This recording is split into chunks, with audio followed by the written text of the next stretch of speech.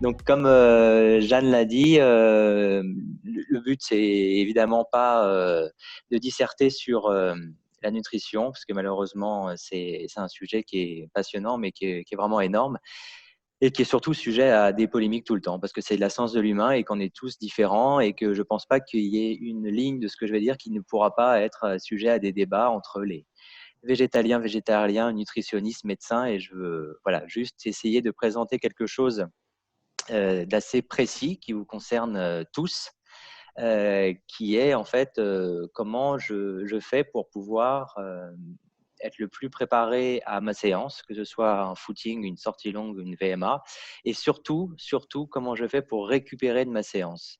Donc vous allez voir pourquoi c'est essentiel et pourquoi en fait ça ne s'adresse absolument pas que aux personnes qui font de la compétition, mais ça s'adresse aussi énormément aux gens qui font du loisir, parce que voilà, c'est pour développer un bien-être un petit peu général, et les blessures, malheureusement, ça concerne absolument tout le monde. Alors, je vais partager mon écran. Jeanne, tu me dis si ça ressemble à quelque chose.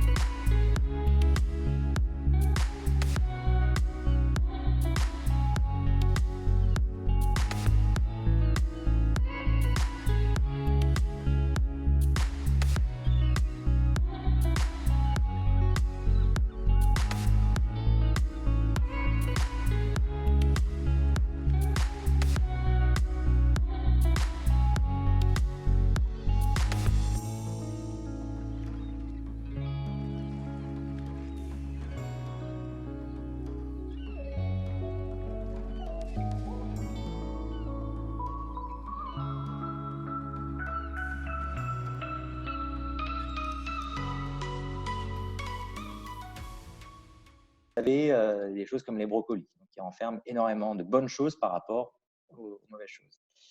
Alors évidemment, ça ne fait pas tout, parce que vous avez la densité nutritionnelle, mais il faut aussi, comme vous l'avez vu, se nourrir en termes de nombre de kilocalories.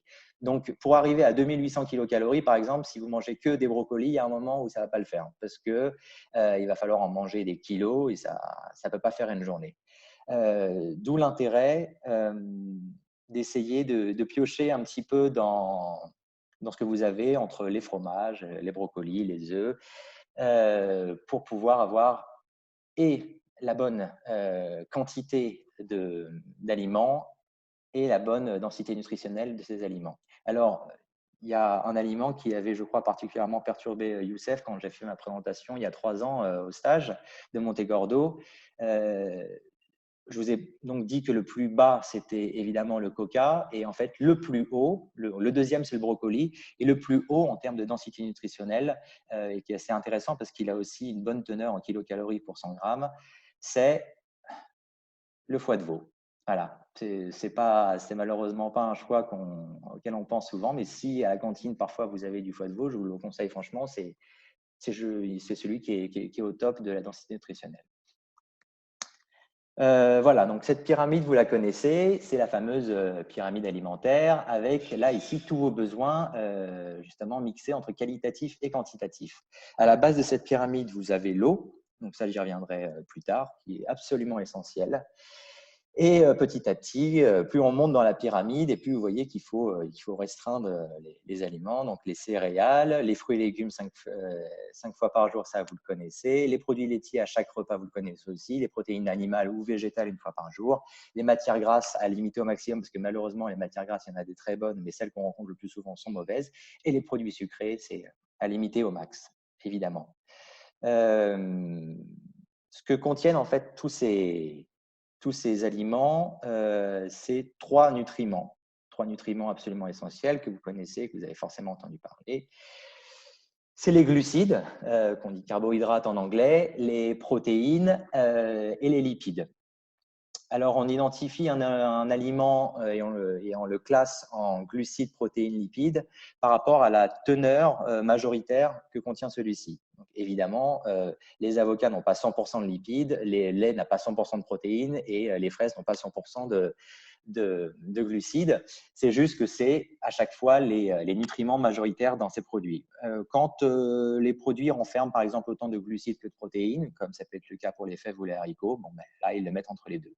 Pour les lipides protéines, c'est la même chose. Vous voyez, par exemple, le saumon qui est une protéine animale, mais qui contient des très bons acides, d'ailleurs, les acides gras polyinsaturés, les fameux oméga 3, oméga 6, qui sont très bons. Donc là, une fois de plus, ils sont entre les deux.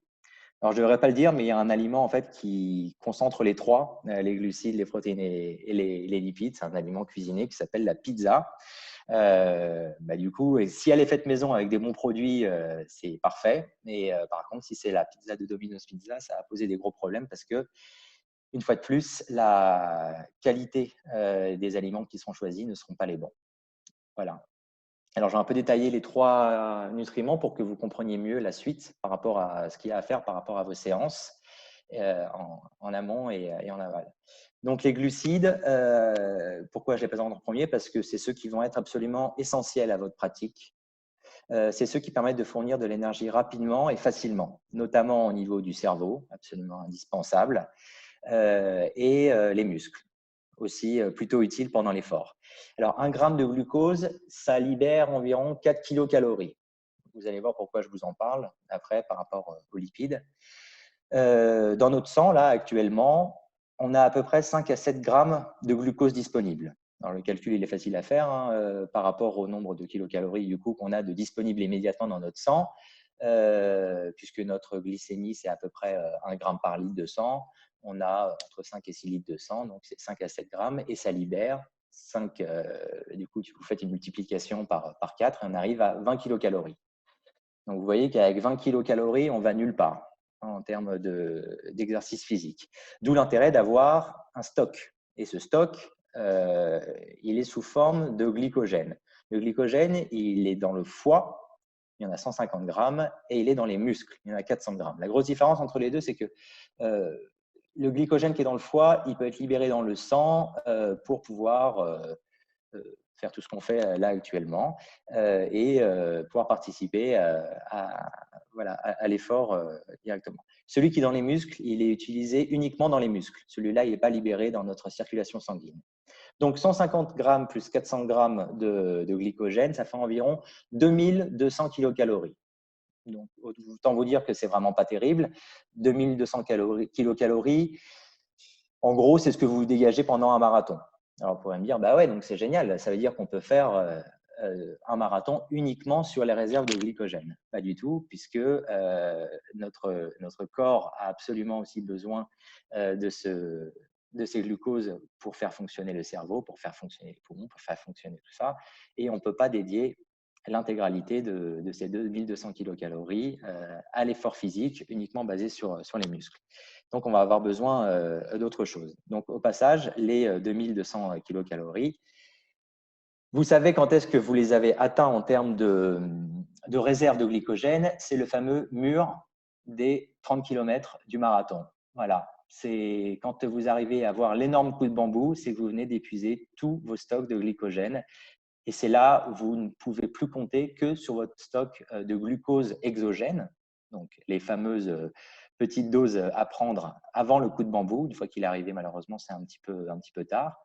Parce que le but de tout effort physique, du moins les efforts les plus longs, c'est d'épargner au maximum ce glycogène, qu'il soit au niveau hépatique ou au niveau musculaire. Donc, c'est vraiment le glycogène, c'est le modulateur clé de la performance, du maintien de l'exercice et de la survenue de la fatigue. Voilà pourquoi je vous parle des glucides en premier. Comment est utilisé le glycogène et le glucose selon l'intensité de l'effort? En abscisse, vous voyez le pourcentage de VMA et en haut, ce qu'on appelle le taux d'oxydation. En gros, c'est l'utilisation. Donc, tout en haut, taux d'oxydation max, ça veut clairement dire qu'on utilise 100% de ce qu'on pourrait faire en termes de rendement d'utilisation du glucose. Donc, à 50% de VMA, vous voyez qu'on est encore un petit peu cool et qu'à 100% de VMA, on est au maximum du glucose. Donc, vous multipliez après l'intensité par la durée de l'effort et vous comprenez qu'en fait, votre stock de glycogène va être utilisé très, très rapidement et qu'il va lui falloir une stratégie pour pouvoir aller jusqu'au bout des efforts un peu long à une intensité un petit peu élevée. Donc, juste pour revenir sur les différents types de glucides, vous avez en gros les glucides à index glycémique bas. Ceux-là, c'est ceux qui vous servent pour tenir toute la journée, donc ceux qui sont libérés de façon, je dirais, un petit peu plus continue. Et vous avez les glucides à index glycémique haut. Alors, les index à glycémique haut, on ne les aime pas trop parce que, comme vous le voyez sur la courbe, ils induisent une hyperglycémie. Donc, qui dit hyperglycémie dit bolus d'insuline pour que le corps puisse après recapter ce glucose et le stocker. Et ça induit généralement une petite hypoglycémie. C'est la raison pour laquelle il faut vraiment faire attention avec ces glucides, donc le glucose et les pâtes de fruits, tout ça.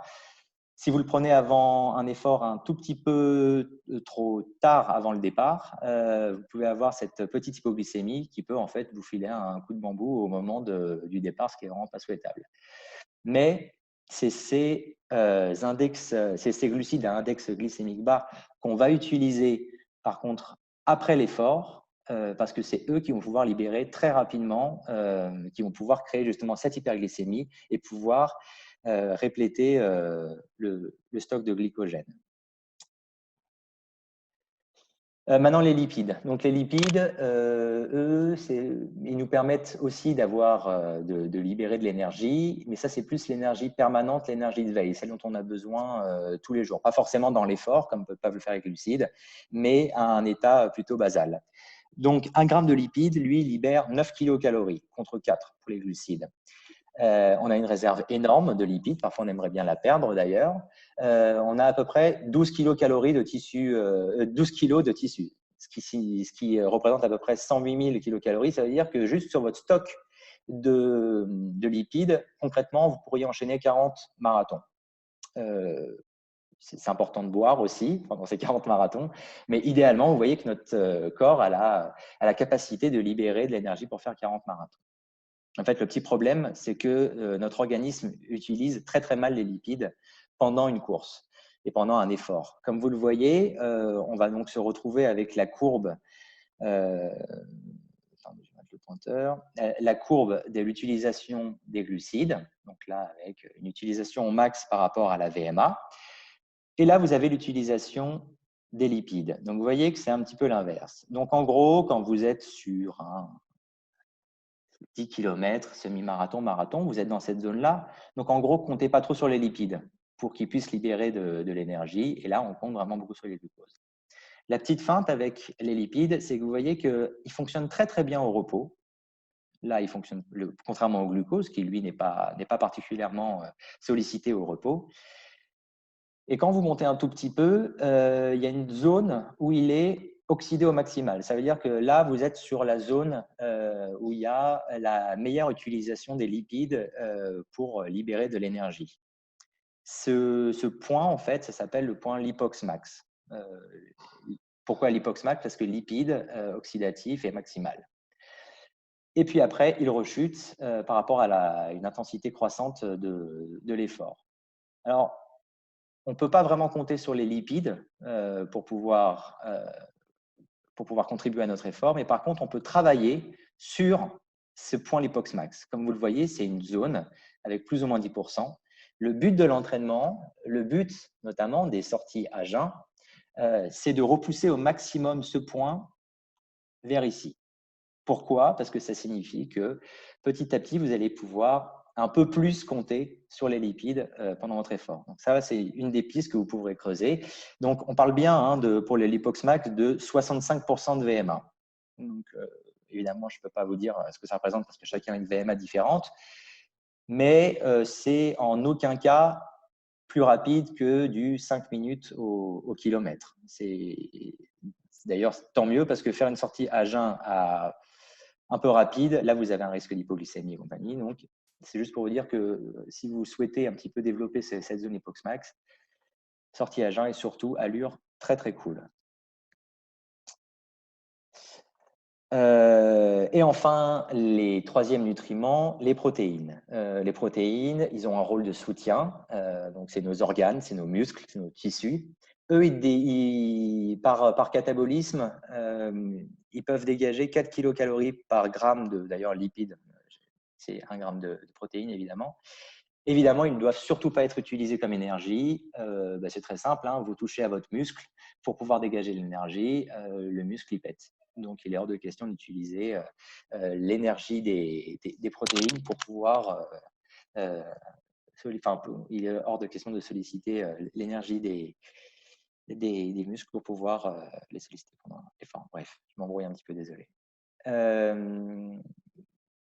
Très concrètement, les acides aminés, c'est ce qui compose donc du coup les protéines, sont répartis en deux groupes. Il y a les non essentiels. Donc les non essentiels, c'est ceux que votre corps peut synthétiser lui-même. Donc ça veut dire que même si vous ne mangez pas, le corps pourra les synthétiser. Et vous avez les essentiels. Ça veut dire qu'ils ne peuvent être fournis que par votre alimentation. Parmi ces acides aminés essentiels, il y en a 3 que vous avez dû forcément voir à un moment ou à un autre parce qu'ils sont à peu près sur toutes les boîtes de compléments alimentaires et que vous reverrez absolument partout. C'est les acides aminés branchés, BCA, donc pour Branch Chain Amino Acid. Il y en a 3, la valine, l'isoleucine et la leucine. Pourquoi ils sont très importants? Parce qu'ils représentent 33% des acides aminés présents dans nos muscles.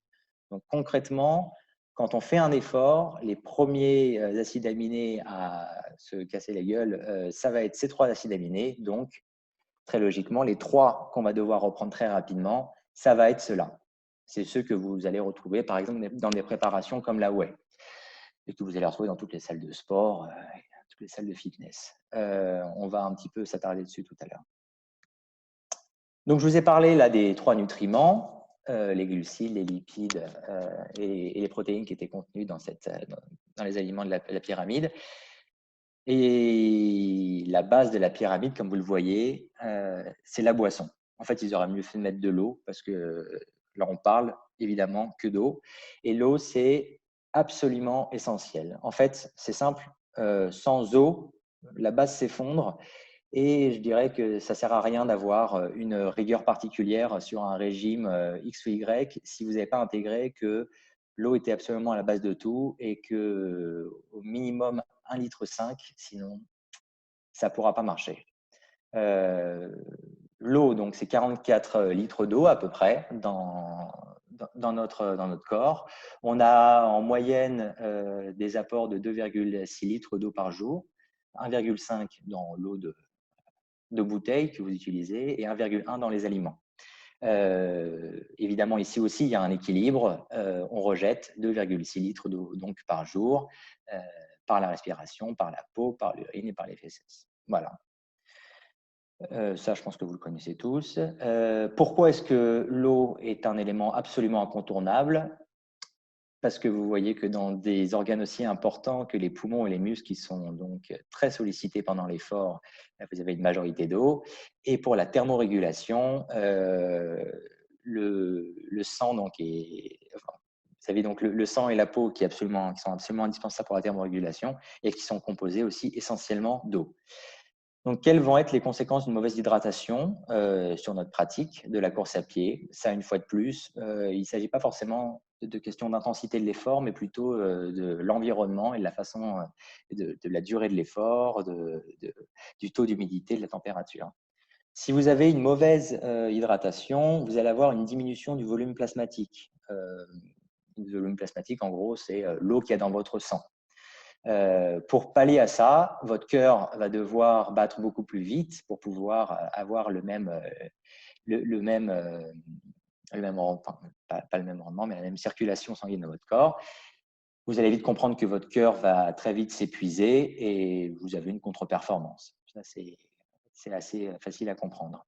Vous allez également aussi avoir une mauvaise thermorégulation parce que le sang ne va pas arriver de la même façon au niveau de votre peau et votre peau ne sera pas assez bien hydratée. Du coup, mauvais rendement pour pouvoir évacuer la chaleur que vous dégagez pendant l'effort. Vous avez ce qui va s'appeler, dans le pire des cas, une hyperthermie maligne ou ou on appelle ça un coup de chaleur. Et là, là, vous vous arrêtez immédiatement parce que ça peut être très, très grave. Ça peut juste aller jusqu'au décès. Donc là, sur le graphique que je vous ai mis, c'est le taux d'humidité qui va de 30 à 100 pour les ordonnées. Et pour les abscisses, c'est la température. Donc aujourd'hui, je ne sais pas combien il fait. On doit faire à peu près 25 avec un taux d'humidité, à mon avis, qui doit être entre 20 et 30. Donc vous voyez que là, si vous courez, vous êtes dans la zone un petit peu facile. Il suffit de se déplacer un tout petit peu vers 30 degrés et vers des pays qui sont un tout petit peu plus en taux d'humidité. Et là, vous arrivez dans des efforts impossibles. Donc, ça ne sert à rien de se battre contre ça. C'est physiologique. Je vous déconseille assez fortement de fournir un effort intense si vous êtes dans la zone impossible. Quels vont être les syndromes de la déshydratation? Vous allez voir que ça va arriver en fait très rapidement. Si vous perdez 2% des 44 litres de votre corps qui sont contenus dans votre corps, donc moins 0,9 litres, vous voyez que c'est vraiment pas énorme, surtout quand on vous demande de boire 1,5 litre d'eau. Vous allez avoir très soif. Il faut savoir que la soif, c'est un signal d'alerte.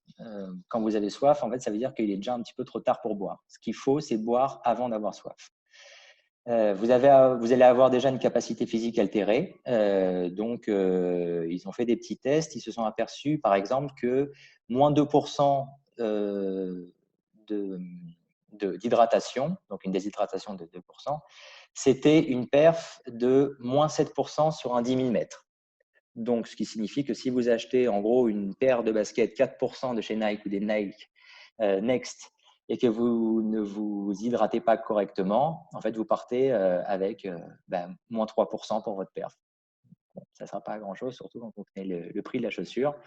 Donc, ça vaut vraiment le coup sur la performance. À partir de 4% de déshydratation, là, vous avez une fatigue importante, vous commencez déjà un peu à moins bien comprendre ce qui se passe. À 6%, vous avez un épuisement énorme. À 8%, là, on est dans de la grosse confusion mentale. Là, ça veut dire que vous avez perdu quand même à peu près 4 litres d'eau, donc c'est énorme. Et à 15%, c'est généralement les décès.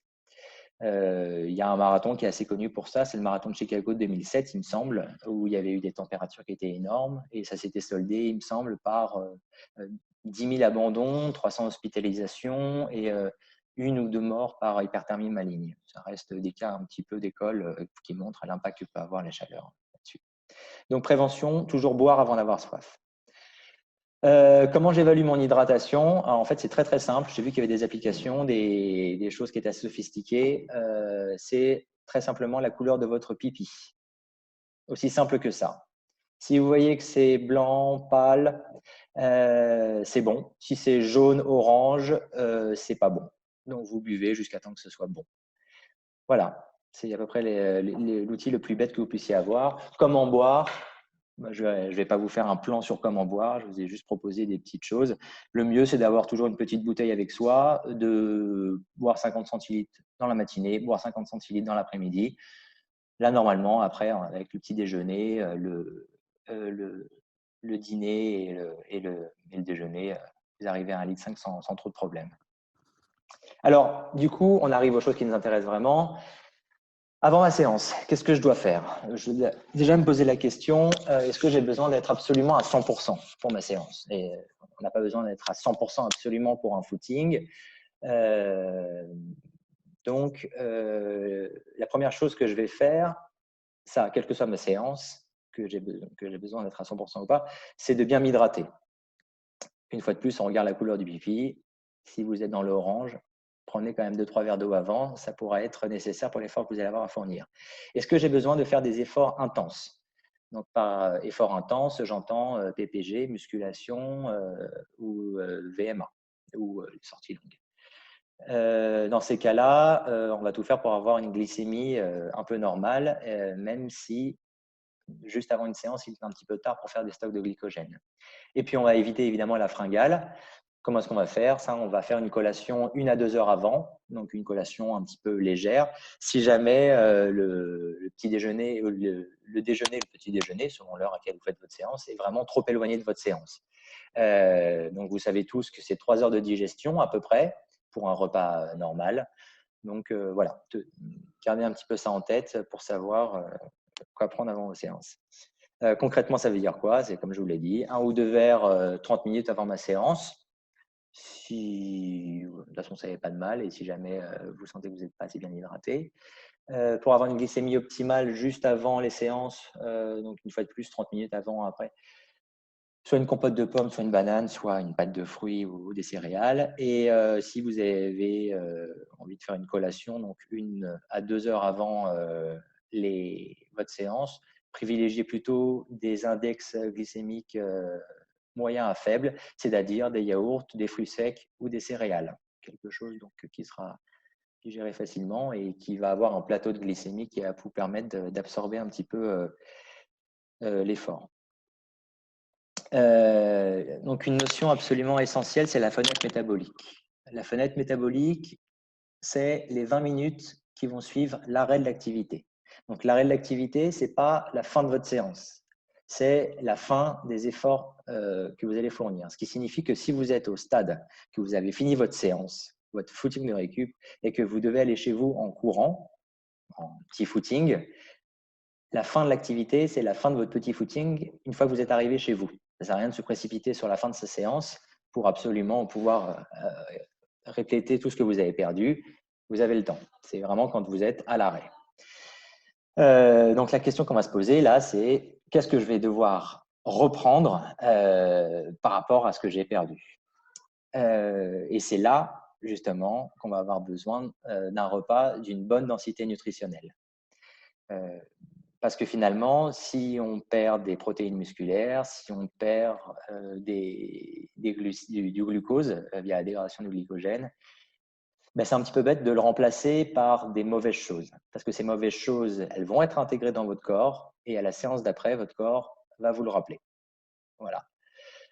Si vous oubliez systématiquement, après je ne vous dis pas que si vous l'oubliez une fois, ce sera dramatique, mais si vous oubliez systématiquement, ou alors pire, si c'est remplacé par une bonne bière, il faut savoir que l'alcool, il y en a certains qui l'appellent le 4e nutriment parce que ça dégage beaucoup de kilocalories, c'est très bien.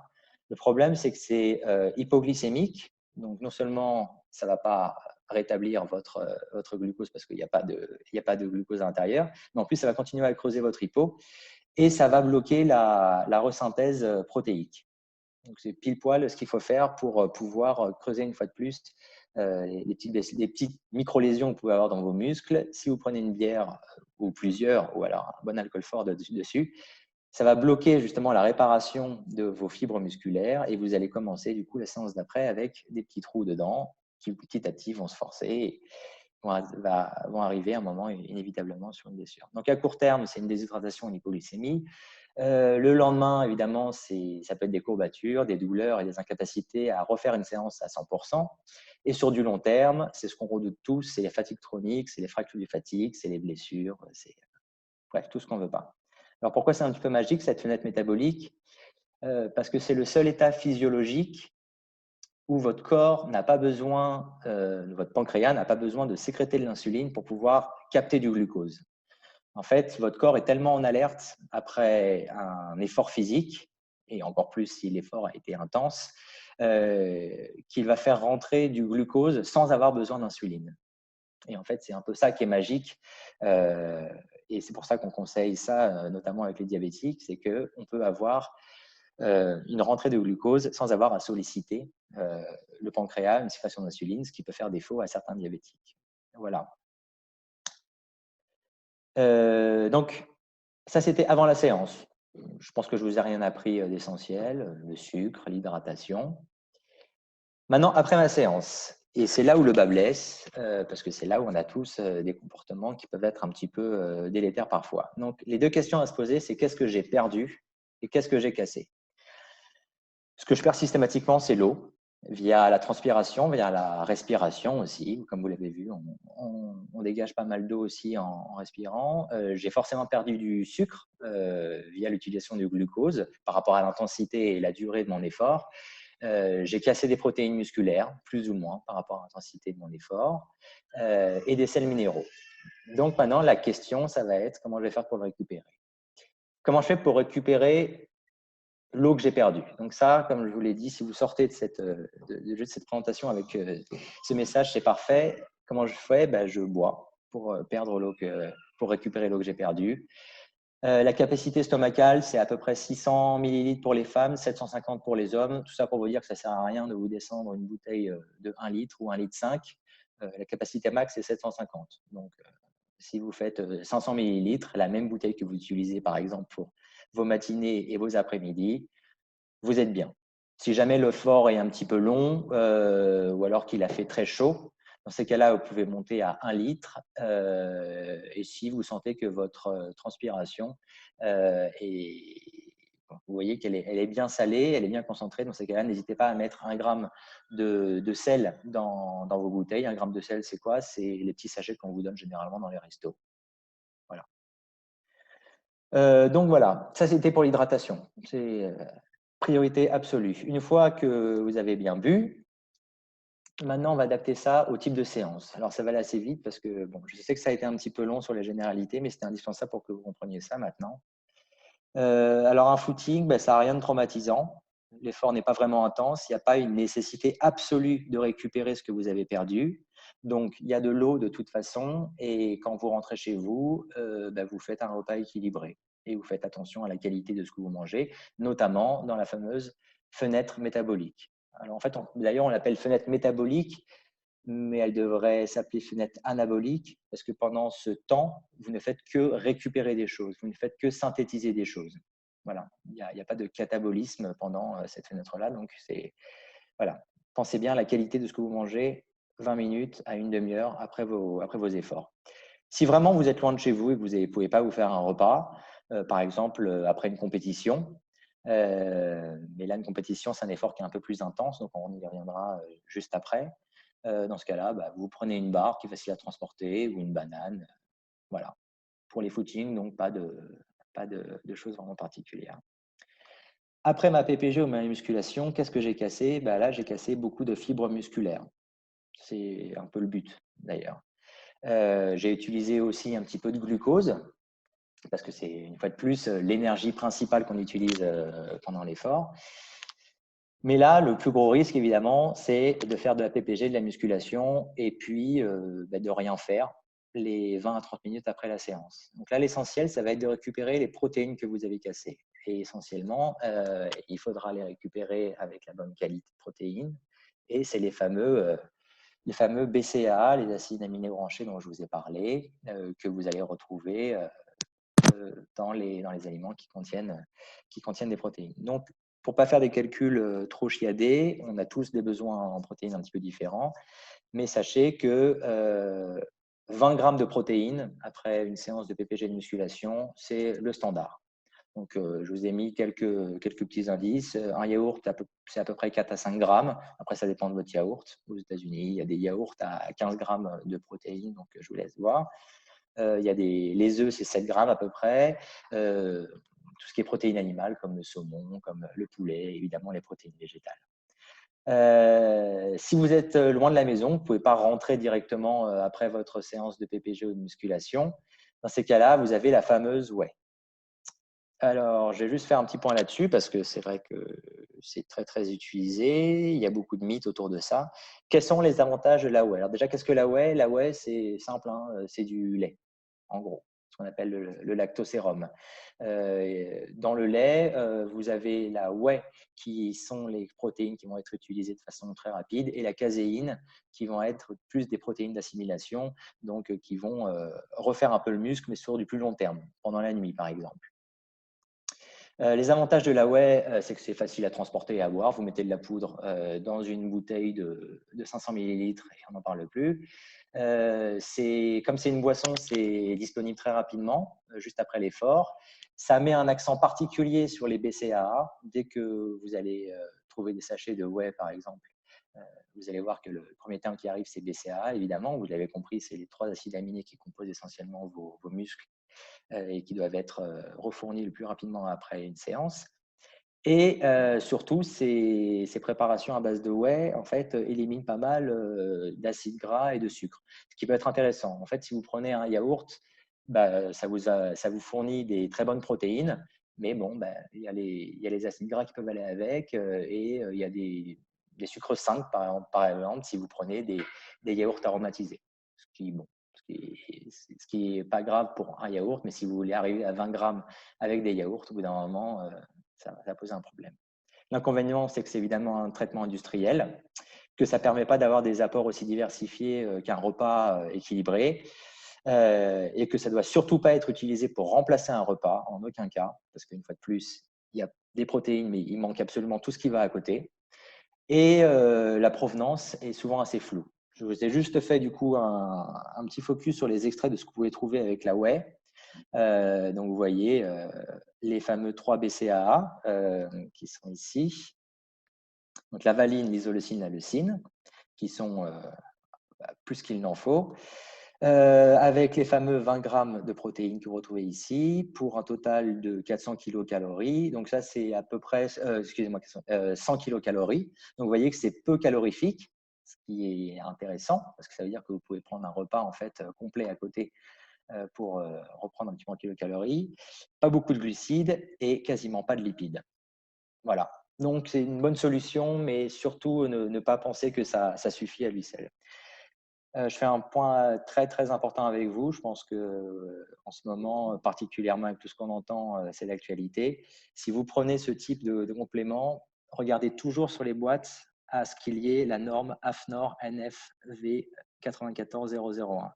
C'est un peu barbare, mais c'est en fait la seule chose qui pourra vous garantir qu'il n'y a aucun problème par rapport aux substances éventuellement dopantes qui peuvent se trouver dedans. Là, vous voyez qu'il y a un petit étiquetage. En fait, juste là, il y a marqué AFNOR NF 94001.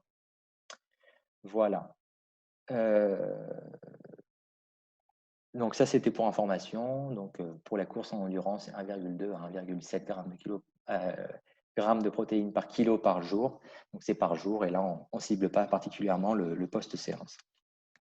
Après ma sortie longue, qu'est-ce que j'ai cassé? J'ai cassé un petit peu de muscle, mais j'ai surtout bien épuisé tout mon stock de glycogène et un petit peu de sodium à travers la transpiration. Qu'est-ce que j'ai créé? J'ai créé de l'acide lactique. Et l'acide lactique, ça a posé un gros problème pour la resynthèse de beaucoup de choses et pour la récupération. Donc l'urgence, comme d'habitude, ça va être réhydrater en premier, on resucre en même temps et on va chercher à éliminer l'acide lactique. Donc éliminer l'acide lactique, en fait, c'est très simple, on va devoir prendre quelque chose de basique. Quel est l'intérêt de profiter de la fenêtre métabolique pour récupérer le glycogène? Vous le voyez, quand vous faites un effort intense, si vous reprenez du sucre directement après votre sortie longue, dans les 20 à 30 minutes, vous allez avoir une resynthèse beaucoup plus rapide de votre stock de glycogène. C'est-à-dire que dans les 1 à 2 jours, selon l'effort que vous avez fait, vous pouvez vous retrouver avec 100% de votre stock de glycogène. Si vous ne faites rien après votre sortie longue et que vous mangez un petit peu n'importe comment, dans l'heure, dans les 2 heures, dans les 3 heures qui suivent, vous allez avoir un stock de glycogène qui sera à 100%, mais dans 3-4 jours. Donc, en fait, ne comptez pas être à 100% de vos séances avant 3-4 jours. Ça ne pose pas de problème si votre séance est effectivement la prochaine est dans 3-4 jours. Mais si c'est un petit peu plus short, si vous êtes plus fréquent dans vos séances par semaine et que vous préparez quelque chose, là, ça va poser un problème. Là, je vous ai montré l'intérêt d'associer les protéines avec des glucides. Tout simplement parce que si on prend des protéines, on a un stockage de glycogène musculaire qui n'est pas terrible. Évidemment, si on prend des glucides, c'est beaucoup mieux. Et si on prend les deux en même temps, on a un stock vraiment optimal. Donc, en gros, si vous prenez votre collation pendant la fenêtre métabolique, pensez à associer un yaourt avec un fruit, par exemple, et vous serez pas mal.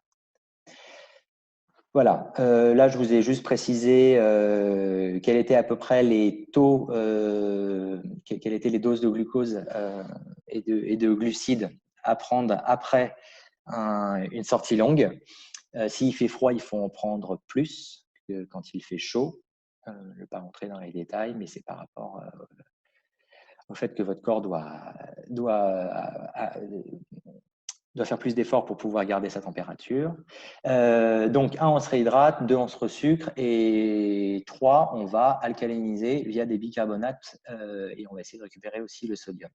Donc, pour ça, vous connaissez la Saint-Thior. C'est une des meilleures eaux alcalines. Et donc, il y a une boisson que vous devez connaître. C'est pour faire 1 litre d'une boisson de récupération maison, vous mélangez le volume de jus de raisin qu'il vous faut pour récupérer les grammes de glucides par rapport à la température et par rapport à votre effort. Il se trouve que le jus de raisin contient aussi des antioxydants, donc c'est parfait. Vous le mélangez avec de la Saint-Thior, qui est de l'eau, qui est quand même pas négligeable, avec du sodium, avec des bicarbonates pour la partie basique, et avec des bulles. Les bulles, c'est assez important en fait, c'est ce qui permet d'avoir la meilleure biodisponibilité une fois que vous avez bu votre eau. C'est pour ça que vous buvez des whisky Coca, c'est pour ça que vous buvez des vodka Red Bull, c'est parce qu'en fait ça permet, dans mes derniers cas, d'avoir une biodisponibilité beaucoup plus rapide de l'alcool. Mais là, en l'occurrence, ça va être une biodisponibilité beaucoup plus rapide de tout ce que vous allez apporter à votre corps, c'est-à-dire, entre autres, le glucide. Voilà pour la boisson de récupération maison. Évidemment, là, on a parlé que des glucides. Avec ça, vous prenez un yaourt ou un œuf ou un repas, en fait, simplement qui va avec, et vous êtes bon avec tout ce qu'il vous faut pour la sortie longue. Donc, juste un petit focus sur ce que vous pouvez utiliser pendant l'effort. Donc là, vous voyez qu'on retrouve les 22 grammes de glucides dont on avait parlé. Ça, c'est pour le goût. Les antioxydants. La caféine, en fait, ça permet d'optimiser l'oxydation des acides gras. C'est pour pouvoir un peu faire bouger la voie des lipides et pour leur dire qu'on a un peu besoin d'eux pendant l'effort. Et là, on peut retrouver de la BCAA. Alors, ça n'a pas un intérêt pour la resynthèse des muscles, parce que pendant un effort, il n'y a absolument rien qui se resynthétise, mais il aurait été prouvé que les acides aminés branchés pouvaient diminuer la sensation de fatigue centrale. Bon, ça reste à débattre. De toute façon, si vous prenez par exemple un gel en fin de séance, ça veut dire qu'il y aura des acides aminés qui traîneront dans votre sang quand vous arrêterez et donc qui pourront être captés éventuellement par vos muscles. Une fois de plus, on ne loupe pas la norme AFNOR. Voilà pour la sortie longue. Pour la dernière séance type, donc les séances intenses type VMA, là, cette fois-ci, qu'est-ce que j'ai cassé? J'ai cassé beaucoup de muscles et j'ai aussi utilisé beaucoup de glycogène parce que c'est des séances qui sont très intenses. J'ai cassé des muscles, mais pas autant que je pourrais le faire pendant une séance de musculation. Donc, cette fois-ci, ce ne sera pas forcément 20 grammes de protéines, mais 10 seront suffisantes. Et on maintient la norme des 20 grammes de glucides. Donc, on fait 10 grammes de protéines avec 20 grammes de glucides, avec de l'eau, et c'est suffisant. Si on est loin de la maison, une fois de plus, il y a des choses qui s'appellent des bonnes récupérations qui existent. Et c'est des solutions de facilité, mais qui peuvent rendre de sacrés services. Donc, notamment ici, après une compétition. Vous voyez que sur ces types de boissons de récupération, on a des acides gras saturés et des matières grasses qui sont très limitées. On a les fameux 20 grammes de glucides. Alors, quand on dit glucides dont sucre, on parle des sucres simples. C'est ceux avec l'index glycémique justement assez haut. Donc, on a les 20 grammes ici. On a les 10 grammes de protéines. On a le fameux gramme de sel par litre qu'on doit récupérer après les efforts un petit peu intenses. Et on a même les bicarbonates qui peuvent ici venir balancer l'acide lactique qui a été produit. Donc voilà, pour terminer, les points clés que vous devez retenir après ça, c'est que la récupération est évidemment primordiale pour le bien-être et la performance, que la nutrition est une composante majeure de la récupération, qu'il faut être hyper attentif à la densité nutritionnelle, donc à la qualité de ce que vous mangez plutôt qu'à la quantité, que l'eau est la base absolument de tout. Il faut bien veiller à être à 100% de ses moyens avant des séances, même si pour les footings, ce n'est pas absolument indispensable. Et qu'on optimise au maximal la fenêtre métabolique, c'est-à-dire les 20 minutes après la séance, toujours en se posant la question, qu'est-ce que j'ai cassé, qu'est-ce que j'ai perdu et comment je fais pour le récupérer. Et évidemment, rien ne peut pour ça remplacer un repas complet fait avec des aliments naturels que vous allez prendre au marché par rapport aux préparations commerciales qui peuvent être très pratiques, mais pas viables sur du long terme et surtout pas en remplacement d'un repas. Voilà,